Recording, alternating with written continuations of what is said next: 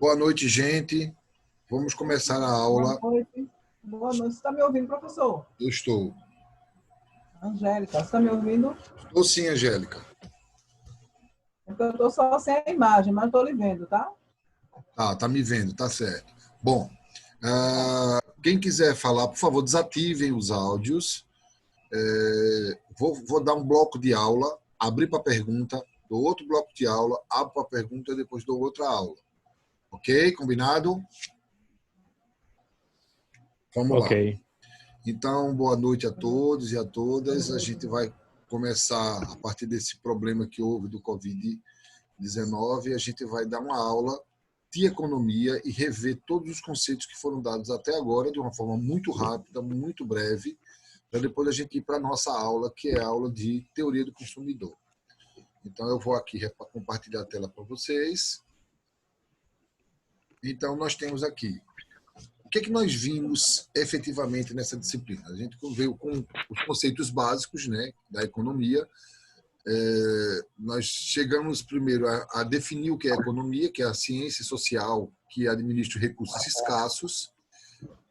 E aí a gente discutiu o que é escassez, o que são recursos escassos, e a gente falou um pouco de riqueza. Então, a gente definiu a economia e discutiu que alguns economistas tratam a economia como a ciência da escassez ou a ciência do consumo.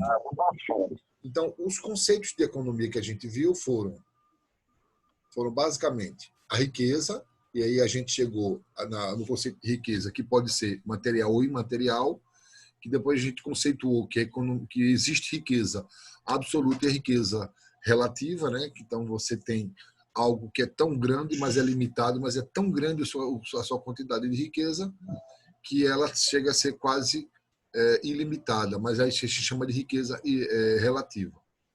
Riqueza, quando eu discuto, riqueza das nações, segundo Adam Smith, riqueza das nações. A gente discutiu também utilidade, que é aquilo que vai satisfazer as necessidades do indivíduo, lembrando que o indivíduo tem sempre as necessidades ilimitadas, né? E que esse conceito de utilidade é um conceito de uma condição fisiológica individual, que algo pode ser útil para mim e não ser útil para outra pessoa. Já a necessidade é o mesmo conceito, só que de uma forma mais coletiva. Todos têm noção ou consciência de que aquilo lá, aquele recurso, ele é necessário, ou seja, tem necessidade. Depois a gente discutiu a questão dos problemas econômicos, baseado na escassez dos recursos e na riqueza das nações. Você vai discutir o que e quanto produzir para um país, a gente está discutindo país. Então, o que produzir é baseado no perfil da organização, do país, o quanto é o volume que ele tem. Quando a gente discute volume do que produzir, a gente está discutindo também a capacidade de produzir recursos de subsistência para o próprio país. Como produzir, qual o processo produtivo que vai usar, a tecnologia que é utilizada, o perfil da empresa, do país que tem maior tecnologia e para quem produzir, ou seja, se o país o que o país vai fazer com seus excedentes? Produzir de forma para os seus países, ou seja, de subsistência. O que produzir a mais a gente chama de excedente. O que fazer com esse excedente de produção? Após isso, a gente discutiu também a questão dos agentes econômicos. Quem são os agentes econômicos ou atores econômicos? A gente chegou a um consenso que são os consumidores, produtores e o governo.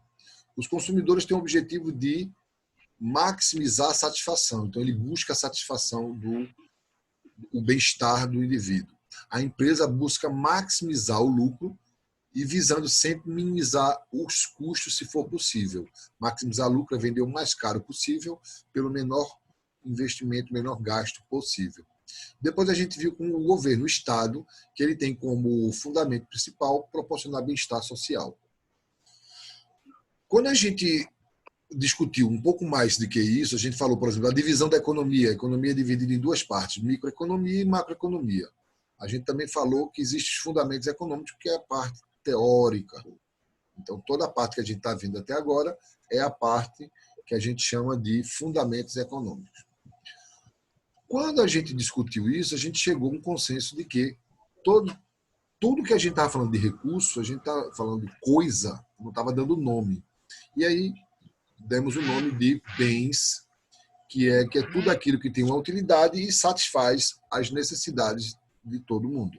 Então, bem é tudo aquilo que tem uma utilidade e serve para satisfazer as necessidades das pessoas. Esses bens podem ser livres, que são aqueles que estão em abundância na natureza, ou seja, tem tanto na natureza que eles passam a não cobrar valor por ele, porque ele está em excesso e não tem valor econômico o produto.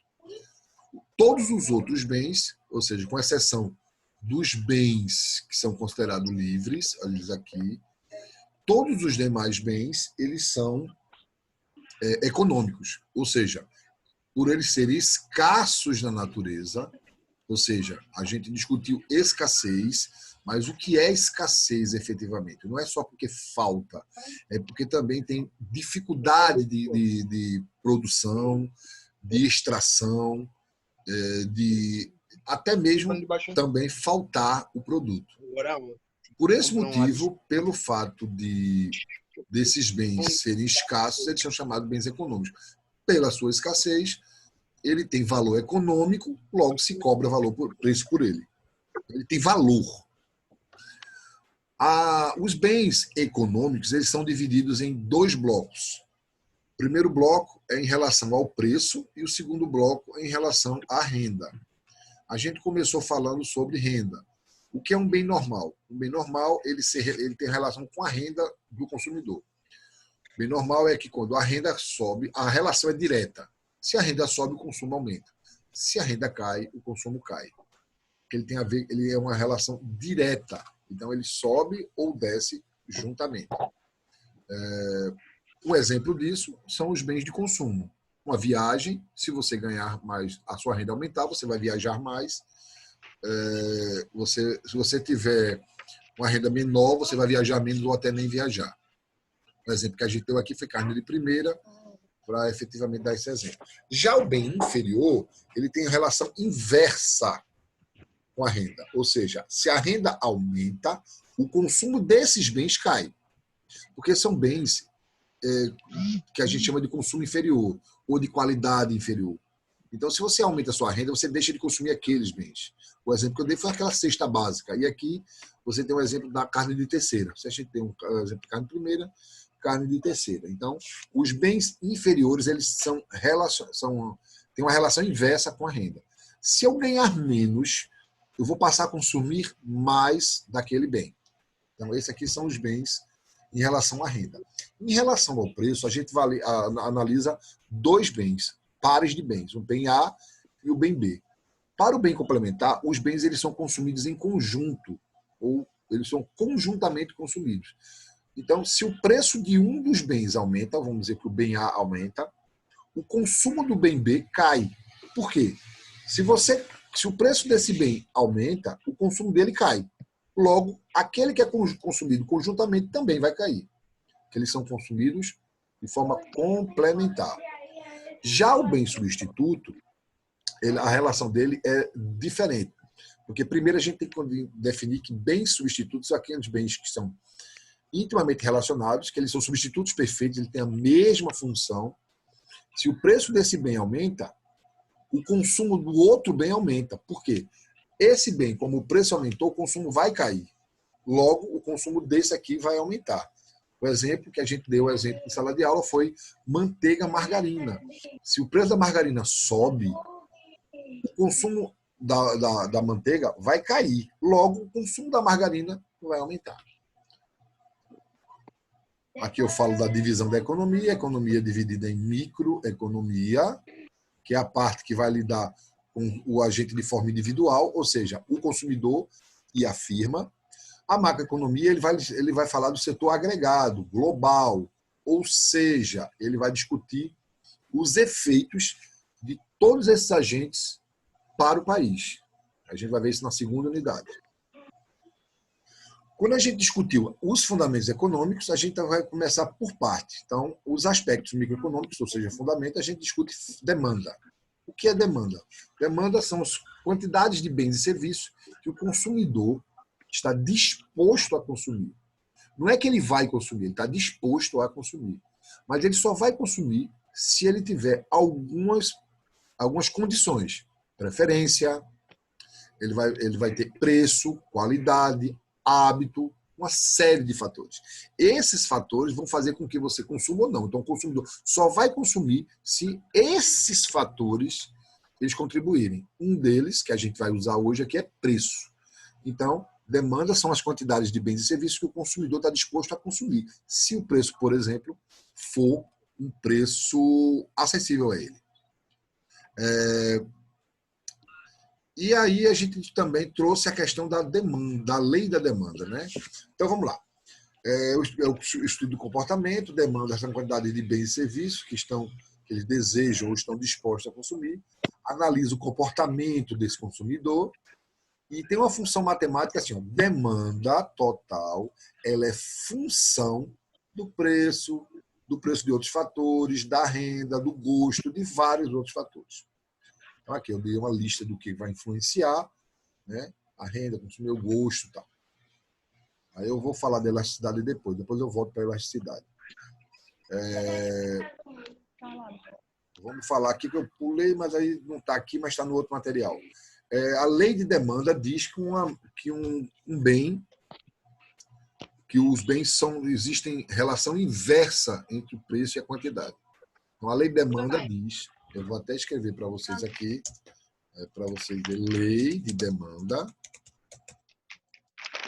possui uma relação inversa entre preço e quantidade consumida. O que quer dizer isso? Que se o preço sobe, a demanda cai. Se o preço cai, a demanda sobe.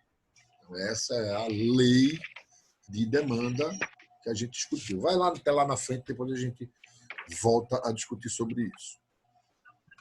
Oferta também são as quantidades de bens e serviços que neste caso, são os produtores ou a firma está disposto também a oferecer.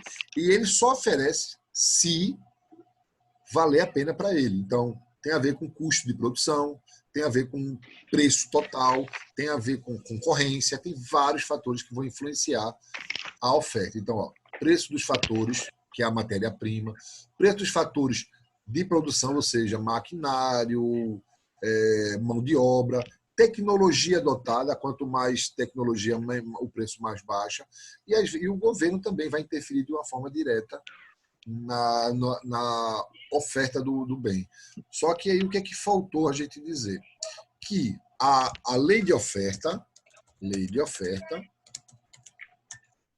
possui uma relação direta entre preço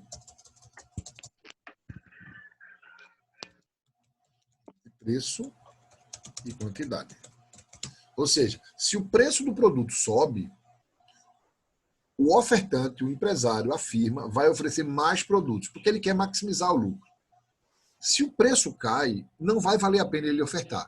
Então, a relação ela é direta entre preço e quantidade. Observe, direta, e no consumidor, a relação ela é, cadê ela? Inversa. Ok? Agora a gente vai falar sobre elasticidade. O que é a elasticidade? Elasticidade, ele mede a sensibilidade que um produto tem, que um bem tem, quando se varia o preço. Existem produtos que são mais sensíveis ao preço e existem produtos que são menos sensíveis ao preço. O produto mais sensível, a gente chama de elástico, que são supérfluos.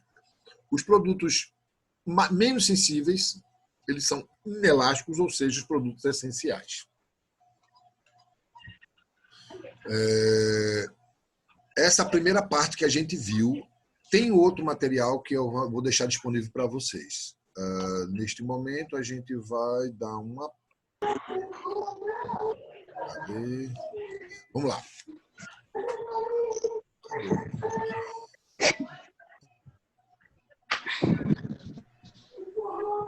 Só um instantinho que eu vou